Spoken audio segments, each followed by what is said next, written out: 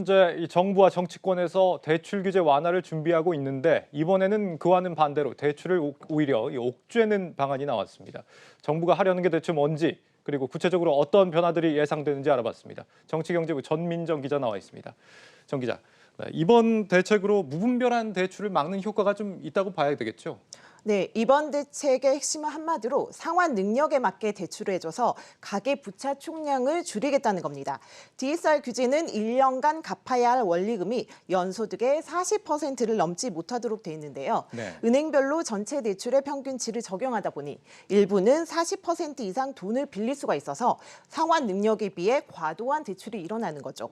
네, 지금은 연소득 8천만 원 초과자의 신용대출 총액이 1억 원을 넘는 경우에만 DSR 40%가 적용됩니다.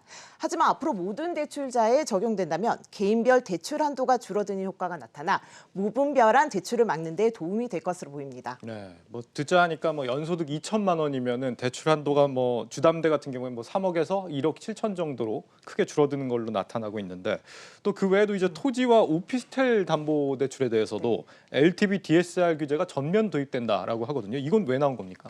네, 근데 기억하시겠죠? 네, 얼마 전 국민의 공분을 샀던 LH 직원들의 신도시 투기 의혹 사건에 있었죠. 예. 이때 LH 일부 직원들이 비주담대로 활용하면서 정부가 땅 투기를 전면 차단하기 위해서 이런 규제를 도입한 건데요. 다음 달부터 상호 금융권에만 적용되던 토지 오피스텔 등 주택이 아닌 부동산 대출 LTV 70% 규제가 이제 은행에도 적용이 되고 2023년 7월부터는 DSR 규제까지 추가가 됩니다. 네. 그렇군요. 지금 이 가계부채 증가 속도가 너무 가파르다는 게 문제잖아요. 네. 이걸 지금 코로나 이전 수준으로 낮추겠다라고 하는 건데 네. 가능한 겁니까? 네, 앞서 말씀드렸다시피 대출 문턱을 높이면 아무래도 신용 평점이 낮은 이들의 대출 진입 기회는 더욱 줄어들게 되겠죠. 예. 네, 신규 신용 대출 규제 효과는 분명히 있다고 보여집니다. 하지만 전문가들은 장기적으로는 실효성이 없을 것이라는 분석을 내놓고 있는데요. 예. 앵커는 그 개인들이 요새 이게 청년층도 그렇고 빚을 내서 주식과 가상화폐, 비투에 나선 이유가 뭐라고 생각하십니까? 아무래도 역시 집 문제가 제일 클 것 같고요. 집값이 계속 오른다고 하니까 영끌 매수를 계속 해가지고 어떻게든 좀 거기에 올라타보려는 이런 심리가 아닐까 싶은데요. 아, 네, 정확히 보셨습니다.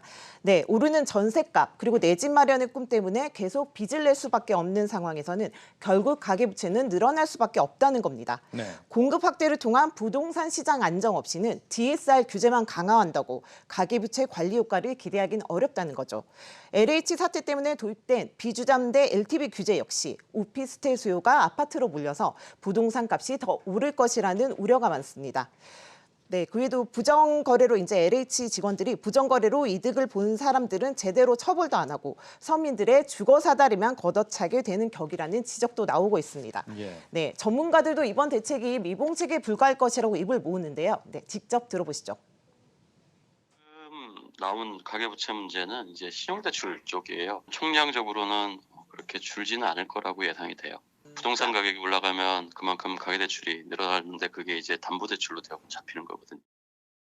정부가 가계 지금 부채가 이렇게 올라가는데 뭐 하고 있냐? 그러니까 이런 것 때문에 지금 어떻게 보면 이제 뭔가를 하는 시중이 아닐까. 부동산 가격을 오르게 정책을 펴놓고 그러니까 이게 가계대출이 너무 많아졌어. 그걸 다시 줄여? 근데 그 줄인 게 사실은 부동산 안정화 대책도 아니고 또 결국 가계부채를 줄이는 정책도 되지 못하는 거죠. 그러니까. 지금 규제를 이번에 내놨으니까 이걸 보면서 오히려 규제 시행 전에 더 서둘러서 부동산 대출을 받으려고 한다. 서둘러서 더 받게 될 것이다. 이런 우려들도 좀 있는 것 같더라고요. 네, 그걸 이제 한마디로 요약을 하자면 정부가 정책 딜레마에 빠졌다고 볼 수 있는데요. 예. 금융당국은 DSR을 강화할 경우 청년층과 무주택자가 기존처럼 주담대 부족분을 신용대출로 커버하지 못하는 상황이 발생하는 만큼 청년의 장래 소득 증가 가능성을 대출 대출 취급 시 고려하고 청년과 신혼부부를 대상으로 40년 만기, 초장기 모기지를 도입해 원리금 상환 부담을 덜어주기로 했는데요. 여기에 더불어민주당이 최근 실수요자에게 기존 10%인 주택담보대출 LTV 우대율을 늘리는 방향으로 의견을 모은 것으로 전해졌습니다. 예. 네, 지금은 여당의 지도부 구성이 되지 않아서 당정 협의가 필요한데요. 이런 당정 협의에 필요한 부동산 대출 규제 완화 방안은 이르면 다음 달에 나올 것으로 예상됩니다. 다음 달에요. 네. 예. 현재로선 그 돌아선 2030의 표심을 되살리기 위해 상당히 완화한 규제 방안이 나올 것으로 예측되기도 하는데요. 이렇게 대출 수요가 많은 무주택자와 청년층의 대출 규제 문턱을 크게 낮춰주면 대출 균형이 깨지게 되죠. 그러면은 대출을 조여서 가계부채를 관리하겠다는 정부의 정책 목표와 실효성이 퇴색되는 거죠. 그렇죠. 이 무주택 청년들 같은 경우는 뭐 대출을 보면은 좀 여러 가지 뭐 숨통이 좀 트겠다라는 생각이 드는데 막상 또 주택 말고도 돈이 필요한 분들이 굉장히 많이 있잖아요. 뭐 코로나 때문에 피해를 보신 뭐 자영업자분들이라든지 이런 분들은 오히려 부담이 좀 더 커지겠습니다. 앞으로. 네, 그렇지 않아도 코로나19 때문에 자영업자들은 이미 빚더미 앉았고요. 구조조정 등으로 소득이 줄어든 가게도 많은데 예. 이럴 때 무조건 대출을 줄이는 게 능사는 아니라는 이야기가 나옵니다.